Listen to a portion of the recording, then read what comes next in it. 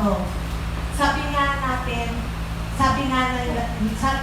lahat ng ating pangangailangan upang mamuhay na masagana ay binigay na ng Diyos. Dahil napagtagumpayan na ni Jesus ang lahat ng ating kasalanan at kahirapan. Matutuwa nga ako lahat ng kinanta ni Sister A patungkol doon sa ating topic about you today. At saka yung kay David. Yun. Yung in-encourage niya yung sarili niya para mag-worship sa Panginoon.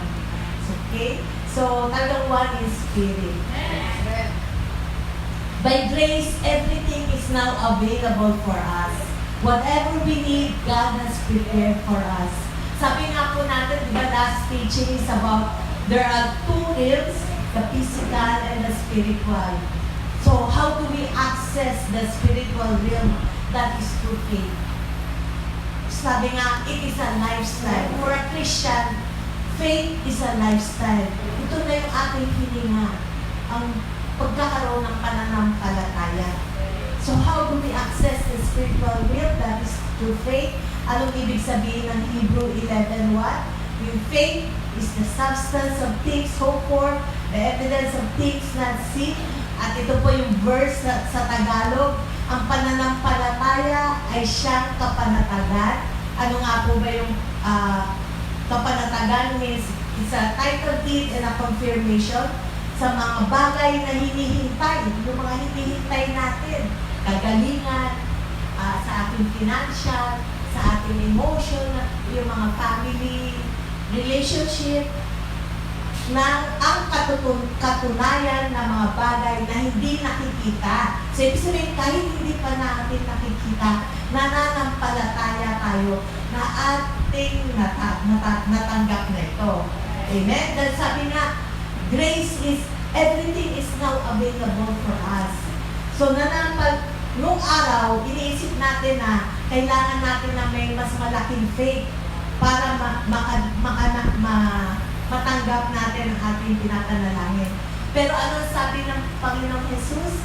If you have faith as small as a mustard seed, you can move mountains. So kahit napakaliit yan, mas maliit pa yata sa paminta yung mustard seed, ay kaya nitong lumaki. At yung mga ibon ay nagre-rest doon. So, yun ang sinasabi ng Panginoon. Magkaroon ka ng pananampalataya, a strong faith. All of us have been given the measure of faith. We have the same faith as Paul and Peter, same faith as Jesus, because our faith stands on the finished work of Jesus. Doon tayo titingin. Doon sa pananampalataya na ginawa ng Panginoong Jesus, na everything is finished. Amen? Kinuhanan niya lahat ng ating mga kahirapan, kinuhanan niya lahat ng ating sakit. Nakita natin na ang kanilang ministry ay successful and full of power. Why? Because they have faith. Amen? So how do we exercise our faith? Diba? Sabi nga natin last week, it is like our muscle. Lahat tayo binigyan na ng Panginoon ng pananampalataya. Katulad din ng muscle natin. Nung pinanganak tayo, binigyan tayo lahat ng muscle. So yung muscle na yun, we need to exercise it. So how do we exercise it? Sabi nga, di ba, we go to the gym, yung doon sa bahay, nag-lift ka ng mga gano'n, ginagawa mo yung kung anong exercise ang gagawin, di ba? So, para lumaki yung muscle natin. So, ganun din po, ganun din po sa ating pananampalataya. Ang ating pong faith is to exercise our authority. We speak to the mountain that stands between you and God's blessing. Sinasalita natin. Di ba sabi nga ng Panginoon, you speak to the mountain. So, in the spiritual, ang ibig sabihin po ng Panginoon, you speak, kausapin mo yung mga humahadlang sa iyong blessing.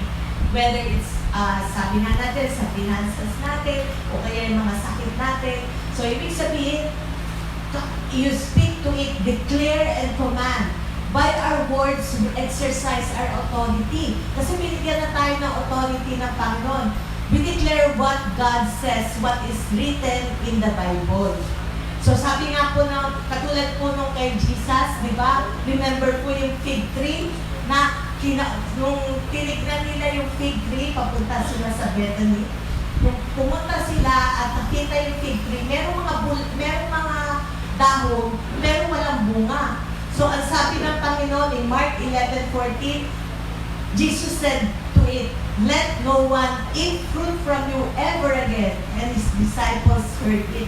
So ibig sabihin po, parang kinurse ng Panginoon yung puno yun dahil hindi namumunga.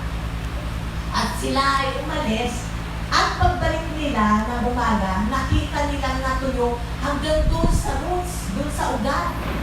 Bakit ganon?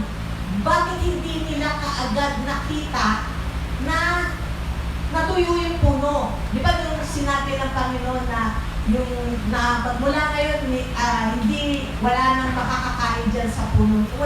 Hindi na ito mamumunga. So, bakit ganon? Na nakita nila after how many hours, pagbalik nila, doon nila nakita na natuyo yung puno.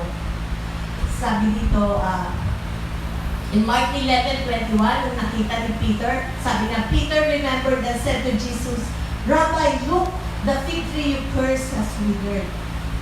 So, when Jesus spoke the word, something already happened doon sa puno.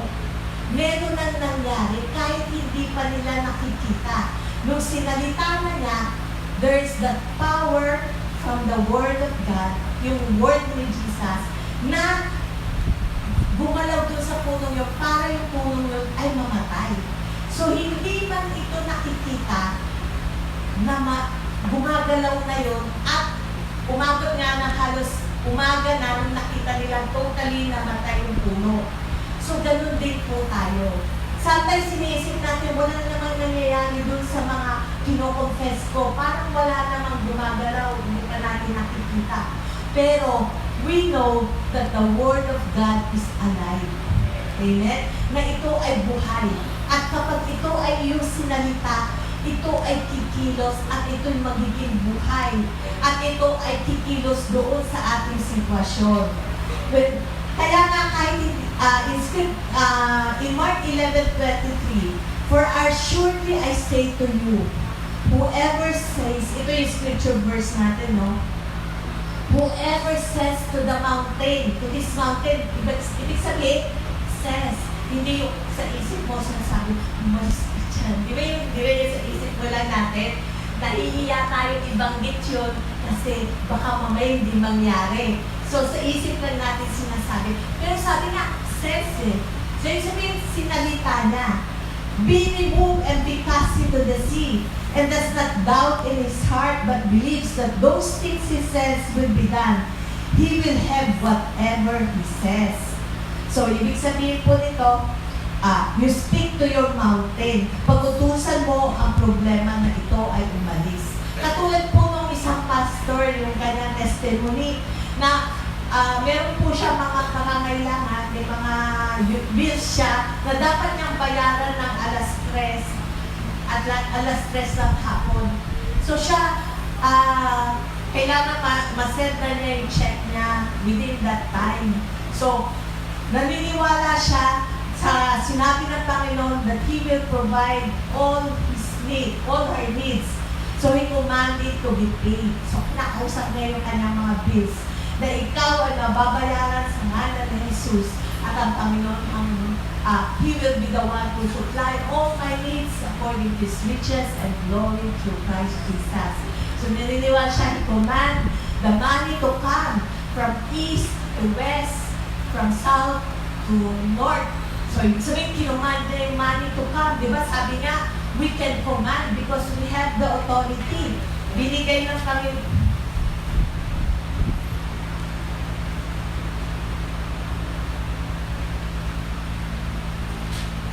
Binigay na niya tayo ng authority ng Panginoon.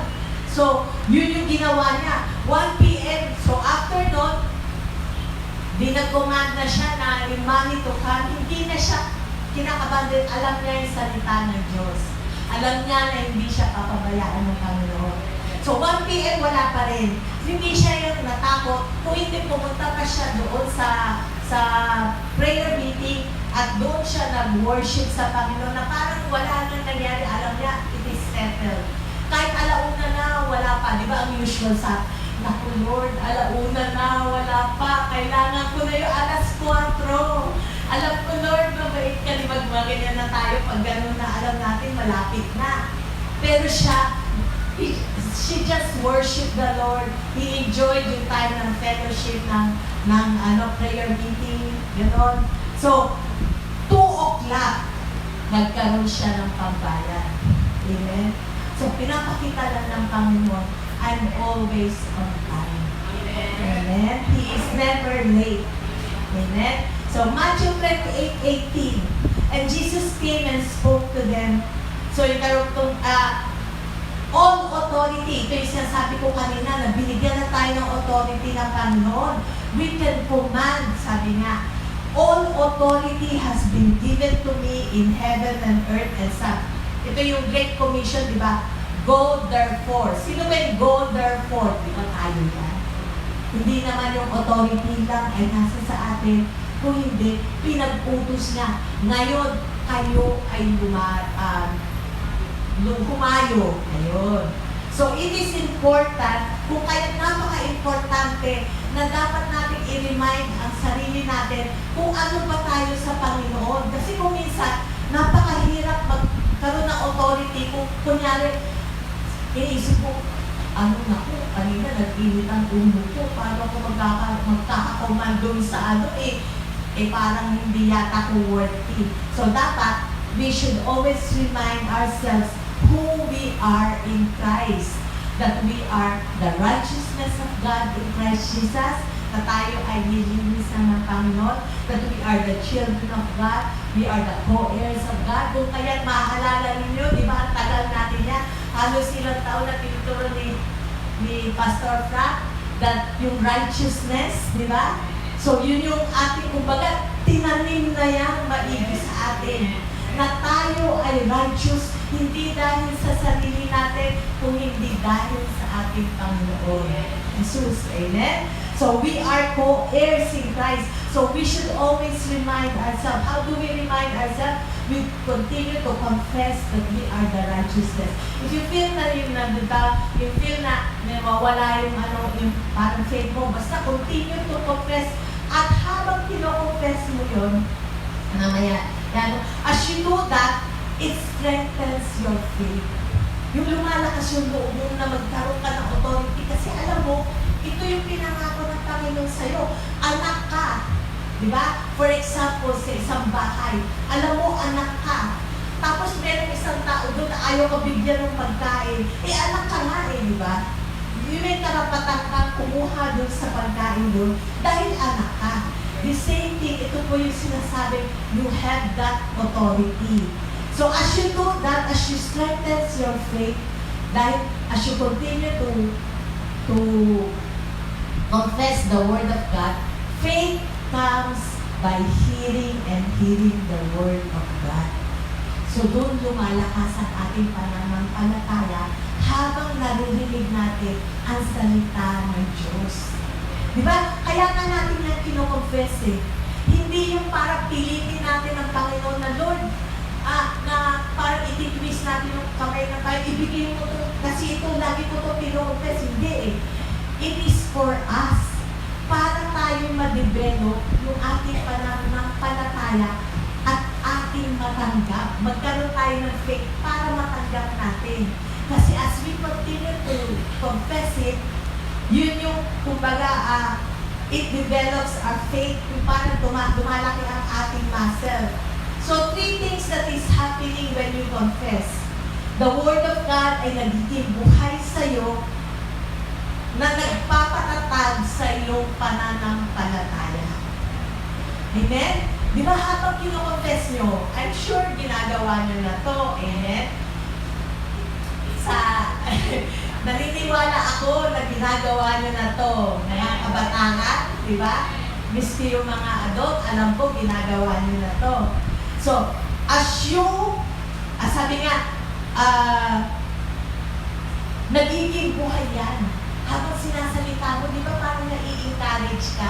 nabubuhayan ka, yung nangihina mong pakiramdam, lumalakas ka, kasi nagkakaroon kayo na, sabi nga, the Word of God is alive.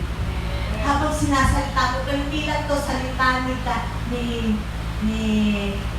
kung sino man, kung hindi, salita ko ng Diyos. Amen? Diba? So, ang kapangyarihan, another is, ang kapangyarihan ng salita ng Diyos ay kumikilos sa kaaway. Kumbaga, si Satanas, habang naririnig niya yung salita ng Diyos, hindi siya makakilos dahil because of the word that you are confessing. Amen?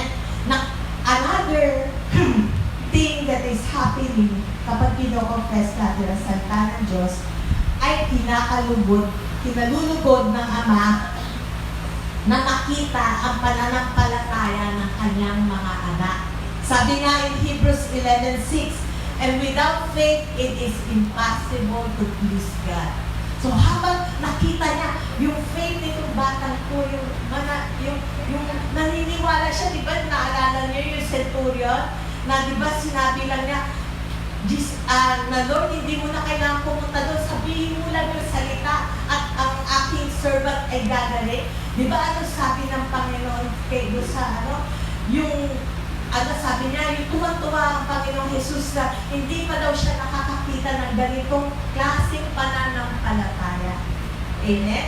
So, ganun po, we please the Lord when we have that faith na naniniwala tayo sa Kanyang salita. No. Kung kaya sinasabi nga po, there is a thin line when we confess, we do not do it para pilitin ng Panginoon na ibigay na ito. Hindi. We do it because we have faith doon sa salita ng Diyos. Amen? Kasi dati yung works, di ba? Yung parang, sige nga, mag-fasting ako ng isang araw para ibigay na ni Lord yung aking hinihiling. O kaya gawin mo na ng 3 days para sigurado na gawin na niya. Parang yun yung iniisip ko dahil lang doon. Hindi. You do fasting because you want to have time with the Lord. You want to talk to the Lord.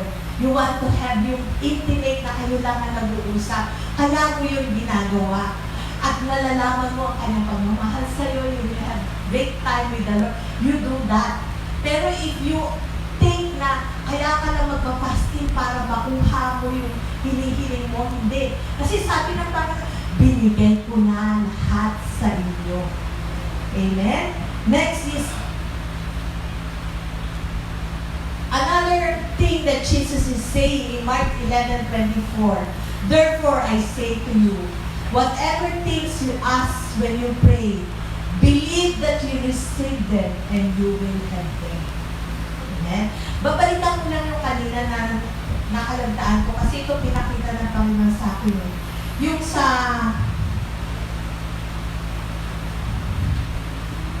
mamaya, makikita ko rin yan. So, in Matthew 28, Mark 11:24, therefore, I say to you, whatever things you ask when you pray, believe, di ba? Paniwalaan mo that you receive them and you will have them. Anong sabi ko? Believe, maniwala ka na na-receive mo na.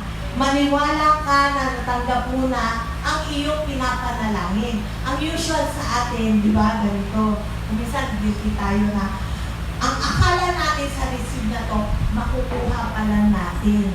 Pero kapag tinignan mo daw, ang ibig sabihin nito sa Greek, ang receive is lombano. Anong ibig sabihin ng lombano? Means you have received. Past tense. Sa mga teachers, di ba? Sabi, past tense yun. Ibig sabihin, natanggap mo na. Hindi yung tatanggapin mo pa lang. Sabi sa pananampalataya, maniwala ka na natanggap mo na. Hindi yung parang, Lord, sige na, ibigay mo na sa akin. Ang parang pinapakita, ang picture nun, nasa iyo na. Ang hinihintay na lang ay makita mo mahigit, makita mo manifest, pero nasa iyo na. Amen? So, pinaniniwalaan mo na ang iyong pinapanalangin ay natanggap mo na. Every good thing comes from God. In John 3:27, John answered and said, "A man can receive nothing unless it has been given to him from heaven." Binigay ni Jesus lahat ng ating pangangailangan. Every good thing comes from God. Hindi tayo aasa sa tao, hindi tayo aasa sa mga pangako ng tao, o kaya sa economy, o kaya sa gobyerno. Umaasa tayo sa Panginoon. Kasi ang sabi ng Panginoon, every good thing comes from the Lord. Jesus, binigay ni Jesus lahat ng ating pangangailangan. Jesus purchased our redemption. Tinubos na tayo sa ating mga kasalanan. Jesus redeemed us from the curse of the law. Lahat ng sumpa na may isip mo, pinalaya na tayo ng Panginoon doon. Amen? Because of Jesus, we have now access to the Father. Hindi na tayo natatakot lumapit sa Panginoon dahil alam natin na tayo ay anak na ng Panginoon. We can come into His presence without fear na wala ng takot. For example, di ba, ang sabi ng Panginoon, binigay ko na sa inyo, ang grace ay lahat is now available to you. For example, narisipin na lang. Hindi na ba? For example, di ba sabi na, everything is now available sa iyo. Binigay na to. So, for example, binigay na itong Bible na ito, 18.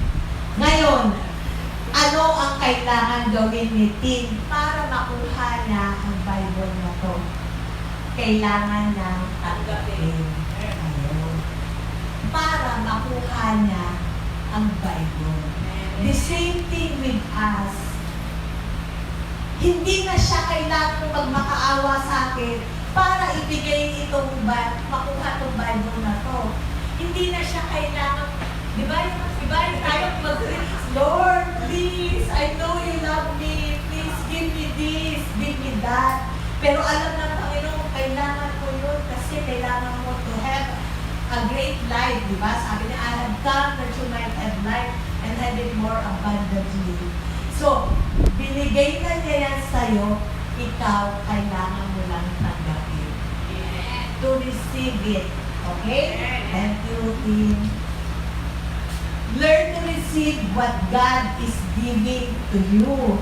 In Ephesians 1:3, praise be to the God, the Father of our Lord Jesus, who has blessed us in the heavenly realms with every spiritual blessings in Christ. Ano ba yung spiritual? Di ba natulong na natin yan? Spiritual blessings, everything comes from before the spirit, then it comes to physical. Sabi nga, lahat ng katotohanan ay nanggaling sa spiritual. So, everything that you need, sabi dito, has been was blessed us in heavenly spirit, in heavenly realms with every spiritual blessings. Lahat ng kailangan mo, binigay na niya. Another in Peter 1:3, as His divine power has given to us all things pertain to life. Ibig sabihin, lahat ng kailangan mo sa buhay mo, ano ba kailangan mo sa buhay mo? Kailangan mo ng financial, di ba? Kailangan mo ng magandang katawan, yung malakas na katawan. O kailangan mo rin ng good relationship. Lahat na, sabi dito, pertain to life eh. And godliness, para tayo maging righteous, di ba? Binigay na yan. Through the knowledge of Him who called us by glory and virtue. Lahat ng pangangailangan mo ay binigay na ng Panginoong Jesus upang mamuhay ka na masagana at makapagbigay kapurihan sa Panginoon. Now, if you know that you receive it, what do you do? Nasa iyo na. Enter into His rest. Mamahinga ka sa Kanyang kapayapaan. In Hebrews 4:9-11, there remaineth therefore a rest to the people of God. For he that is entered into his rest, he also had ceased from his own works as God did from his. Let us therefore Let us labor therefore to enter into that rest, lest any man fall after the same example of unbelief. Kung titignan natin dito si Paul, ito yung nagsasabi. Parang iniisip natin, di ba kanina sabi niya, rest. Tapos biglang sabi niya, labor. Ibig sabihin, pagtrabahuan mo. Bakit ganon? Di ba? Parang nagtataka ka. Pero ito ang ibig sabihin niya. Sabi, with the help of the Holy Spirit, no? Sabi niya, rest. Rest means mamahinga ka sa kanyang salita. In the finished work of Jesus. Nung si Jesus ay nasa krus, ay sinabi niya ang katagang finish. Ngayon, tignan natin, may video dyan, para malaman natin saan ba tayo mamamahinga. Paano ba tayo mamamahinga? So, tignan natin, 5:59.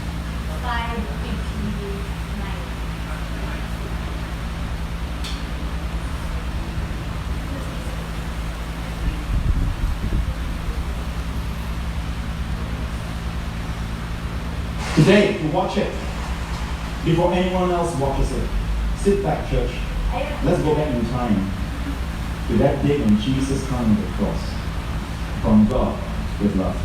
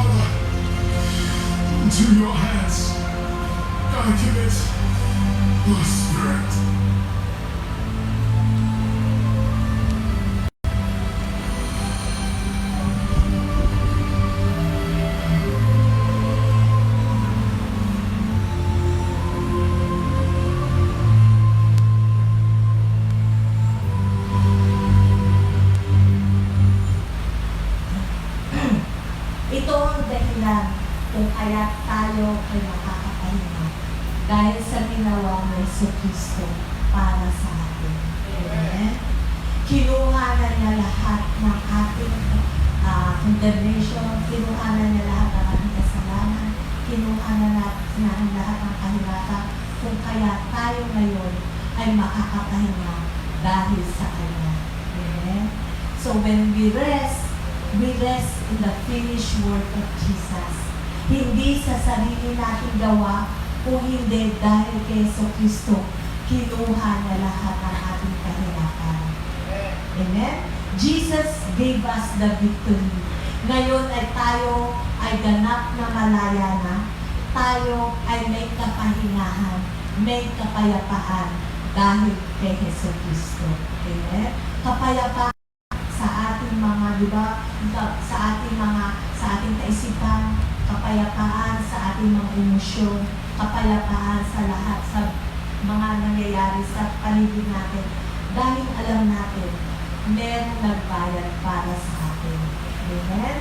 The devil will try, kung kaya to hold on to the promise of God, the word of God. The devil will try to persuade you to that you don't have it. Na parang, di ba kung minsan, yung okay na may word kang hinahawakan, tapos biglang aamin ka ng kaaway na, totoo ba? Binigay na ba yung sa'yo talaga? Tignan mo, ganyan, wala pa. Ganon, di ba? Yun ang gagawin ng kaaway. Kung kaya't sinasabi in Hebrews 4:11, ito yung continuation kanina. Di ba sinasabi niyo po kanina, rest, mamahinga ka. At ito ang pangalawa in Hebrews 4:11, let us labor therefore to enter into that rest, lest any man fall after the same example of unbelief. Ibig sabihin, ito yung pagtrabaho mo na ikaw ay manatili sa kapahingahan sa Panginoon. Amen? Hindi sa iyong mga gawa na, ay, naku, kailangan ako magtrabaho ng 24 hours para mabayaran ko yung utang ko o kaya ganito, hindi. Ang sinasabi dito, mamahinga ka sa kapayapaang binigay sa iyo ng Panginoon. Sa Kanyang pangako. Na hindi ka matitinag at paghahawakan mo ang salita ng Diyos. Katulad, di ba, last week sabi natin, like a bulldog, faith na hindi bibitaw doon sa buto na hawak hanggat kahit ano pang gawin mo sa kanya, kahit ganyan-ganyanin mo yan, itaas mo pa yung buto niya, talagang kakapit yan, naglalak na yung jaw niya, di ba? Ganun tayo. Paghahawakan natin ang kanyang salita dahil ito ang kanyang pangako sa atin. Sabi niya, that is the fight of faith. Diba? Meron tayo na paghahawakan mo ang kanyang salita. So how do we enter that rest? Paul, after speaking, ito yung kanina sinasabi ko, about entering in that rest, he spoke about the Word of God. Kung mapapansin mo, tuloy-tuloy ito. Na pinapakita dito, paano ka ba magkakaroon ng kapayapaan? Tinutuloy-tuloy niya. At doon niya sinabi ko, yung Hebrews 4:12, alam niyo ito eh, kasi ito yung usual na sinasabi natin, di ba? For the Word of God is alive and active. Sa ulo niya, sharper than any double-edged sword. It penetrates even to the dividing soul and spirit, joints and marrow. It judges the thoughts and attitudes of the heart. Yung pala, after niya sabihin, para magkaroon ka ng kapayapaan, ng rest, paghawakan mo yung salita ng Diyos. Di ba yun yung karugtong na sinasabi niya eh. Nung nakita ko, oo nga, no? Yung pala yung sinasabi niya. When you rest, di ba, pag tinuloy-tuloy mo basahin niya, doon babaksak sa salita ng Diyos. Dahil yung salita ng Diyos ay buhay. Ito yung pangsangga mo. Ito yung iyong sword. Ang kanyang salita. The word speaks about Jesus. Sabi nga, for example, katulad ng isa, kunyari, meron kang utang na, I'm sure, kahit pa paano, nakaramdam na kayo nito, no? Di ba? Kunyari, for example, meron kang 50,000 na utang. Dahil sa utang na yun, napakahirap mong matulong, napakahirap mong Saan ka ulit uutang para mabayaran ito? Di ba yung ganong feeling? Tapos, nahalos hindi ka mapalagay. Pero, kapag sinabi, kunyari, dahil gano'n, kahit trinabaho mo ng maigi, nag-work ka na ng 2, na hindi mo pa rin mabayaran, tapos, meron, kunyari kang mayaman palang uncle. May mayaman kang uncle na Kristiyano, yung may puso rin. At naisip ka. Tapos nung ginawa ng uncle mo, tinawagan ka. Tapos sinabi sa'yo, uy, naisip kita. Bakit? Meron ka bang problema? So ikaw naman, sinabi mo yung problema mo, kasi uncle, may ganito ko pangangailangan. Lagi na lang tumatawag sa akin ito, problema ko talaga ito.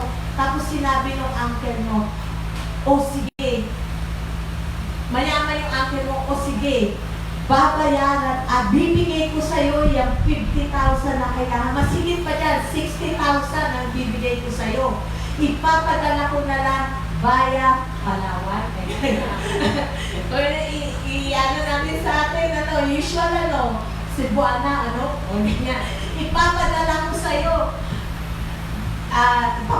sa'yo yung pera para maalis na yung problema mo yan. So ikaw, pag nasabihan ka ng gano'n, anong mangyayari? Anong gagawin mo? Malungkot ka pa ba? Masaya ka? Meron ka ng kapayapaan, yung para bang nawala na yung sakit ng mga kasukasuan mo, di ba? Pag yung kunyari nag-worry ka, di ba yung mga kasukasuan mo sumasakit? Yung parang ang bigat-bigat na ng, yung tingin mo parang ang dilim-dilim, pero dahil sa sinabi ng uncle mo na bibigyan ka na niya, nahigit pa doon sa kailangan mo, may pang sobra pa. Pang tights, hindi. Sobra pa. So, ibig sabihin, hindi ka na nag-worry. Meron ka ng kapayapaan. Nag-rest ka na. Nagre-rejoice ka na. Pinagsasabi mo na, ay, naku, makakabayad na ako dahil meron akong pera na bibigay sa akin. Kahit hindi mo pa hawak, masaya ka na. Kasi alam mo, ibibigay na sa'yo eh. Ganon din po tayo sa Panginoon. Alam mo, binigay na niya sa'yo. At ikaw ay maniniwalang binigay na niya sa'yo. Hinahal tulad nga ng Panginoon sa mga bata. In Matthew 18:3, assuredly, ito yung example ng Panginoon. In Matthew 18:3, assuredly I say to you, unless you are converted and become as little children, may special mention ang mga bata, you will be by no means enter the kingdom of heaven. Sabi ng Panginoon Jesus nito, maging katulad ka ng isang bata. Ano ba ang karakteristik ng bata? Ang isang bata, ang dali niyan maniwala. Kapag ang isang parents nagsabi, kunyari, example, kung nagsabi yung bata na, ma, pa, bigyan mo naman ako ng bike, di ba? Tapos sasabihin ng, kunyari, sasabihin ko, si Maricel na lang, kunyari si Maricel, sabi niya, sige anak, bibigyan kita ng bike. Pero sa sweldo na ha, saka kita bibigyan ng bike. Kunwari lang yan, baka akalain niya.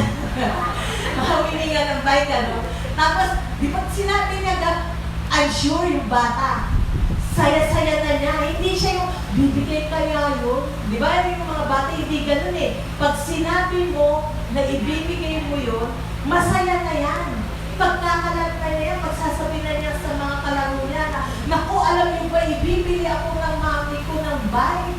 At alam niyo, ang pangako, sinabi niya, magkakaroon na ako ng bike sa sweldo niya, kaya magkakaroon na ako ng bike. Sasabihin na niya yan, at saka iaayos na niya yung lalagyan para doon ipapark yung bike. Di ba ganun yung mga bata? At kaya sinasabi ng Panginoon, maging katulad kayo ng isang bata na naniniwala na makakaptan mo to dahil pinangako ng Panginoon. Amen? So kaya you just praise the Lord, you just thank the Lord because alam mo, binigay na niya yan. Faith is to believe even you have not seen it yet. Di ba yung bata, kahit di pa niya nakikita yan, talagang ibibigay yan ng mami ko kasi pinangako niya yan. At yun ang kanyang paghahawakan. So katulad din po ng isang babae, sabi nga, So, you receive it, then after not, you rejoice. So, anong mangyayari kapag ikaw ay na-receive mo na, nagkaroon ka na ng kapayapaan, ang nangyayari, sumasaya ka na. Nagkakaroon ka na yung kumbaga, meron ka ng peace kung kaya sumasaya ka na. Katulad nung a young woman na nag-suffer ng head injury dahil sa accident. So, ang kanyang skull ay bumuka at yung brain parang nakikita nga doon. Pero dahil pinag-pray nila, sabi niya dun sa babae, sabi niya, naniniwala ka ba na kaya kang magpagaling ng Panginoon? Sabi niya, opo, naniniwala ako. So, sabi niya, sige, manalangin tayo. So, pinalangin na, in the name of Jesus, you are healed, yung gano'ng feeling nila. Kasi sa medical, imposible na bedridden na siya. Wala nang pag-asa siya makalakad. Wala na siyang pag-asa, kumbaga magiging parang bed. Parang na lang siyang nakahiga lagi. Pero dahil pinaghawakan nila ang salita ng Diyos, at sinabi niya, ano ba ang gusto ninyong ginagawa ninyong mag-asawa? Sabi nga niya, gusto po namin yung naglalakad sa beach na magkasama dalawa. So sabi ng pastor, sabi niya, sige, yun ang iyong paghawakan. Yun yung imagine mo sa puso mo na darating ang panahon na makakapaglakad ka kasama mo ang iyong asawa. Huwag mong iisipin yung sitwasyon mo ngayon na nakaratay ka sa higaan. Kung hindi, isipin mo na ikaw ay kasama mo, asawa mo, nakakalakad ka sa beach. So alam niyo po ang nangyari, after 1 year, nakakapaglakad na siya. At hindi lang yun. Sabi ko niya, nung nakausap niya ulit, ano pa ang gusto mo? Kahit naglilin pa siya ng konti. Pero sabi niya, gusto ko po sana na ako'y makakapagturo. Tumaas na yung faith niya eh. Di ba yung sinasabi nga natin, practice your faith. So, ngayon gusto ko na po sana ako rin makakapagturo. At alam mo yung po nangyari, after 6 months, siya ay naging teacher. So, makita natin, you start to dream once more. Kung ano yung pinangako ng Panginoon sa'yo, keep on dreaming and picture it in your heart. Huwag mong iisipin kung ano yung nangyayari ngayon, kung hindi, ang i-imagine mo, yung binigay na sa'yo ng Panginoon, ano ang gagawin mo.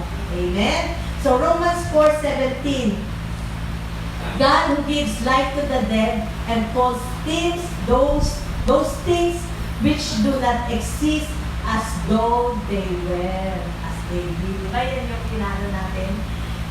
Na sinasabi mo na as if nandyan na. Amen? Start acting start acting na parang nasa sayo na. Amen? So, katulad po nung sa African mission, ito, so, meron po kasi yung si Audrey Ma, meron po siyang mission for 3 days. Those, in 3 days, magkakaroon siya ng mission sa Africa. So, prepared na lahat, ready na silang aalis, nasa Amerika sila. Pero, bigla na lang siya nagkasakit. Yung dito sa appendix, yung dito na sa kanan yata, na sumasakit. So, sabi niya yung todo yung sakit, na tinanong nga niya sa nurse, ano ba yun? Sabi ng kaibigan niya, na nurse, sabi, ano ba yung mga symptoms na nararamdaman mo? Sabi niya, umiinit, na talagang sakit-sakit, sabi niya, gaya. Tapos sabi ng nurse, naku, appendix yan. Puputok ang appendix mo. So, mas maigi, pumunta ka na sa ospital at ma-check mo na yan. Na posibleng operahan ka. So, siya, 3 days na lang, aalis sila, ready na talaga. So, nagtanong siya sa Holy Spirit. Sabi niya, kailangan ko na po bang pumasok sa ospital? Okay lang, o manatili na lang ako dito.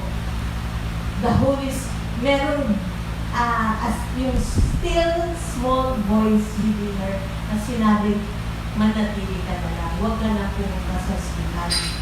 So, sabi nga po in 1 Corinthians 2:14, the person without the Spirit does not accept the things that come from the Spirit of God, but considers them foolishness and cannot understand them because they are discerned only to the Spirit. So, ibig sabihin, when you ask the Holy Spirit, He will guide you on what to do. So, sa mga tao, iisipin na, dapat pumunta ka na. Dapat nandun ka na. Delikado yan, di ba? O kaya ikaw rin, sa isipin mo, dapat nandun na siya sa ospital. Kasi delikado yun. Pero kaya lang sa kanya, nagsalita sa kanya na manatili na lang siya sa bahay. So, ginawa niya yun. So, nung nandun na siya sa bahay, lalo tumimindi yung pain na parang umiinit na daw talaga. Cleaning na niya, nag-command na siya, tapos after nun, mamahinga na siya. So, nararamdaman pa rin niya. So, kinabukasan, ganun pa rin na nararamdaman niya. Pero sabi niya, Lord, pinaghahawakan ko ang salita mo na ako at pinagaling mo na. Then, Sunday yon. So, Sunday, sabi, pupunta na sila sa church. So, dahil masama ang pakiramdam niya, ang usual sa mind na lang, magpapahinga ka na lang kasi nga masama ang pakiramdam mo di ba? Di ba nga, kahit masakit ang ulo, papahinga na lang di ba? Ito, masakit appendix Pero, siya talagang pupunta na siya. Sabi sa kanya ng banal na the Holy Spirit, sabi sa kanya, sabi niya, parang gusto ko na rin talaga magpahinga. Tapos sabi sa kanya ng Holy Spirit, kung ikaw ba'y magaling, saan ka ba pupunta ngayon? Sabi niya, sa simbahan, sa church. So, sabi niya, pinilit niya yung sarili niya, naligo siya, pumunta siya sa church. So, after na nandun siya sa church, nag-worship, masakit pa rin daw. So, sabi ng, yung iba, nagda-dancing di ba, yung saya ng worship. Siya hindi makaganon, pero dahil kinausap na naman siya, kung ikaw ang magaling, di ba makakapag-worship ka? So, nag-worship siya, nag-praise siya sa Lord, kasi hindi na niya pinansin na nararamdaman niya. Then after nun, nakapag-worship din siya. Nung pauwi na siya, ang sabi niya ng asawa niya sa kanya, gusto mo ba umuwi na lang tayo o kumain muna tayo sa labas? Tapos sabi niya, parang sa sarili niya, gusto na lang niya umuwi, humiga. Pero nagsalita ulit ang yung still small voice, sabi sa kanya, kung ikaw ba ay magaling, ano ba ang gagawin mo? Di ang usual nila, kumakain muna sila sa labas. So, kumain muna sila. Sinunod niya, kumain siya. Tapos, parang ayaw niya talaga kumain kasi di ba masama nga pakiramdam niya, parang isusuka na lang niya. Pero nagsalita na naman ang Holy Spirit sa kanya, sabi, kung ikaw ba magaling, makakakain ka ba? Di siyempre, di kumain na lang siya. Pinilit niya yung sarili niya kumain. After nun, nung paglabas niya, as in para na lang daw, pero talagang bigla na lang parang binuhusan siya na gano'n. Totally, wala na siyang nararamdaman. Pinagaling na siya ng Panginoon. And the same thing with us. Kung minsan, feel ko pa nakikita, pero maniwala ka sa salita ng Diyos kung ano ang sinabi niya. Amen? To summarize, meron pa akong dyan, bali, yan. Ano ba yung pananampalataya? First, you convince yourself yung sa salita ng Diyos. Di ba yung naniniwala ka, nananampalataya ka? Then after nun, tinanggap mo na. Kasi nanampalataya ka sa salita niya, na binigay na niya. Then you receive it. After nun, you rest. Do not worry about the situation because you know God will take care of that. That God has answered your prayers. After that, you act as if nasa sayo na. You start to picture kung ano yung binibigay na niya sa'yo. Amen? Yung po yung pananampalataya. At ano sabi ng Panginoon? Faith, it please the Lord kapag ang kanyang anak ay nananampalataya sa kanya. And I will end with this. In Psalm 62 verse 5 and 8, si David ang nagsasabi nito. kinakausap niya ang kanya, sabi niya pala, yes, my soul find rest in God. My hope comes from Him. Truly, He is my rock and my salvation. He is my fortress, and I will not be shaken. My salvation and my honor depend on God. He is my mighty rock, my refuge. Trust in Him at all times, you people. Pour out your hearts to Him, for God is our refuge. Kaya sa Panginoon, tayo ang ating kapayapaan, and He is our refuge. Siya yung bato na hindi na lagi mong matutungtungan at dahil hindi ka niya pababayaan. Amen? Lastly, ito yung 2 Thessalonians 1:11-12. With this in mind, we constantly, si Paul and Timothy, we constantly pray for you that our God may make you worthy of His calling, and that by His power, He may bring to fruition your every desire for goodness and your every deed prompted by faith. We pray this so that the name of our Lord Jesus may be glorified in you and you in Him according to the grace of our God and that the Lord Jesus Christ. Anong ibig sabihin nito? Nasabi nila Paul and Timothy that the power of God will move doon sa iyong pinapanampalataya. Amen. When you speak the word of God, there is power. The Holy Spirit will move para mangyari, sabi nga dito, para mamunga at makita ang grasya ng Panginoon sa buhay. Amen? So praise God. Thank you, Lord. We praise your name, O God. Salamat po sa iyong salita. Salamat po sa iyong pangako, O Lord. We thank you and we glorify you. In Jesus' name we pray. Amen.